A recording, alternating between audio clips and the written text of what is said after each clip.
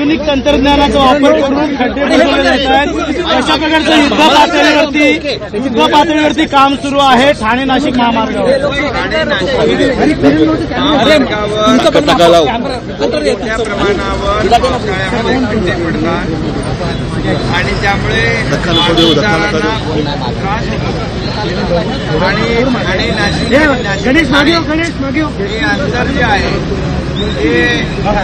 हे लोकशाहीचा थोडं खाली गेला लोकशाही गैरसोय होत होती। त्यामुळे गेल्या आठवड्यामध्ये आम्ही संबंधित सगळ्यांनी एक बैठक घेतली। थोडं नीचे थोडं खाली असेल, PWD आहे, MSRDC आहे, MMRD आहे, सगळ्यांची एक बैठक घेतल्यानंतर पोलिसांच्या बरोबर देखील बैठक घेतली आणि अगदी पीक अवरमध्ये काही जे हेवी ट्रक आहे, हेवी ट्रॅफिक आहे, पार्किंग प्लॉटमध्ये पार्क केल्यानंतर जेव्हा ट्रॅफिक स्मूथ होईल रस्त्यावरती तेव्हा मग त्या गाड्या आपल्याला सोडता येतील असंही नियोजन या ठिकाणी केलेलं आहे। आणि एकंदरीत JNPTतली येणारी वाहनं जी आहे त्याला देखील आपण अशा प्रकारचा नियम जो आहे की अगदी पीकवर सकाळी आणि संध्याकाळी थोडं वाहनांची Raigad collector, Thane collector, Palghar collector आणि तिन्ही पोलीस कमिशनर यांच्यासोबत कोऑर्डिनेशननी वाहतुकीचं नियमन होईल। परंतु हे खड्डे जे आहे हे खड्डे पावसाळ्यामध्ये कुठल्याही मटेरियलने टिकत नव्हते आणि म्हणून आता जे आपण खड्डा भरलाय तो जिओ पॉलिमर टेक्नो पॅच आहे, त्याच्यामध्ये फायबर आहे आणि आता हा खड्डा भरलाय ह्याला M80ची स्ट्रेंथ आहे। आता याच्यावरून 2 तासात 1.5 ते 2 तासामध्ये हेवी ट्रक सोडू शकतो, आपण कंटेनर सोडू शकतो। त्यामुळे जी रोड सुकण्यासाठी जो वेळ अतिशय कमी लागतो, त्यामुळे हे जे टेक्निक आहे हे आमचे SMC सुहास मेहता यांना मी विनंती केली, कारण त्यांनी खूप अशा प्रकारची कामं केलेली आहे ती आजही एकदम तशीच्या तशी आहे। त्यामुळे जिओ पॉलिमर टेक्नो पॅच हा एक फायबरचा एक जो मेथड आहे तो इकडे वापरतोय। मोठे जे पॅच आहे ते मोठे पॅचमध्ये आपण क्विक रॅपिड सेटिंग हार्डनर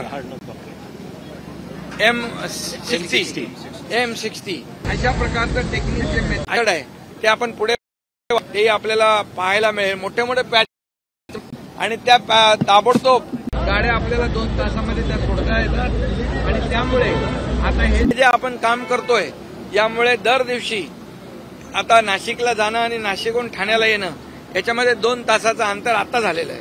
अंतर म्हणजे कमी झालेलं आहे प्रवास ट्रॅव्हल टाईम। आमचा असा प्रयत्न आहे की संपूर्ण ठाणे ते नाशिक ते ठाणे हा संपूर्ण पूर्णपणे या मेथडने आणि काही ठिकाणी प्रिकाश पॅनल पण आपण करतोय, प्रिकाश पॅनल पण करतोय, म्हणजे ते पॅनल फक्त डायरेक्ट रस्ता तयार होणार आणि त्यामुळे हे सगळं जे टेक्नॉलॉजी आहे ती अतिशय टिकाऊ आहे आणि त्यामुळे मला वाटतं ह्या नाशिककरांना या प्रवाशांना याचा खूप मोठा रिलीफ मिळेल आणि त्यासाठी आज सगळी टीम इकडे आलेली आहे। मी SMCचे सुहास मेहता आणि त्यांची जी टीम आहे त्यांना धन्यवाद देतो, कारण त्यांनी सांगितल्याबरोबर तात्काळ या ठिकाणी काम सुरू केलं गेल्या 3 दिवसापासून आणि त्याचा परिणाम जो आहे प्रवाशांना दिसू लागला। कारवाई करण्याचे देखील आदेश दिले आहेत, यामध्ये कोणी अडथळा यामध्ये कोणीही कामामध्ये अडथळा फौजदारी कारवाई करण्याच्या सूचना मी दिलेल्या आहेत, कारण लाखो प्रवाशांचा विषय आहे हा कुणाचा रस्ता आहे, कोण बनवतोय याच्याकडे आम्ही आता बघत नाहीये। आता एक टीम म्हणून सगळ्यांनी काम करायचं, याच्यामध्ये कुणी कुणाला अडथळा आणता कामा नये। नवीन मेथड जी आहे, नवीन टेक्नॉलॉजी आहे याचा वापर करायचा आणि लोकांना स्मूथ प्रवास करण्यासाठी सहकार्य करायचं। आणि काही पुण्याची जी कामं आहेत ती संत गतीने चालू आहेत। तुम्हाला बॉटल आम्ही जे डायव्हर्शन केलेलं आहे तिथे डायव्हर्शन मध्ये देखील हा आम्ही हेच मेथड वापरणार आहे। त्यामुळे आता ते डांबर टाकलेला आहे, परंतु तो रस्ता खाली बसतोय आणि म्हणून तिथे वाहतूक सुरळीत जात नाही आणि त्यामुळे वेळ लागतोय. आणि म्हणून इथून जिंदाल असेल, वाशिंद आहे, आसनगाव आहे, रेल्वेचा ब्रिज आहे, अनेक तिथे दुसरे ब्रिज आहेत. या सर्व ब्रिजवर याच मेथडने आपण हे रस्ते भरतोय. त्यामुळे मला वाटतं याच्यामध्ये या टेक्नॉलॉजीला हे टिकाऊ आहे आणि याचा स्ट्रेंथ चांगला आहे. त्यामुळे या रस्ता दुरुस्तीसाठी उपयोगी पडतो. नवीन ब्रिजेस बनत आहेत. भिवंडी वाडा मार्ग आणि भिवंडी वाडा मार्ग आणि भिवंडी वसई मार्ग हे दोन्ही मार्ग देखील खड्डेमय झालेले आहेत. तू मागे ना कसा करतो, तुझा कॅमेरा पण घेतो तू पण घेतो. हे सगळे हे सगळी परिस्थिती जी आहे हे भिवंडी आपलं मानकोली आणि हा जो मधला रस्ता आहे गोडाऊनला जातो ते MMRDA देखील सोबत आणले, ते देखील त्याचे खड्डे भरणार आहेत. त्याचबरोबर आपले आमदार शांताराम मोरे यांनी मागणी केल्याप्रमाणे इथं ब्रिज पण होतो आणि ब्रिज आहे. या ठिकाणी एक ब्रिज होतोय, पुढचा एक ब्रिज आहे, 2 ठिकाणी ब्रिज, खडवली फाटा या ठिकाणी ब्रिज होत आहेत.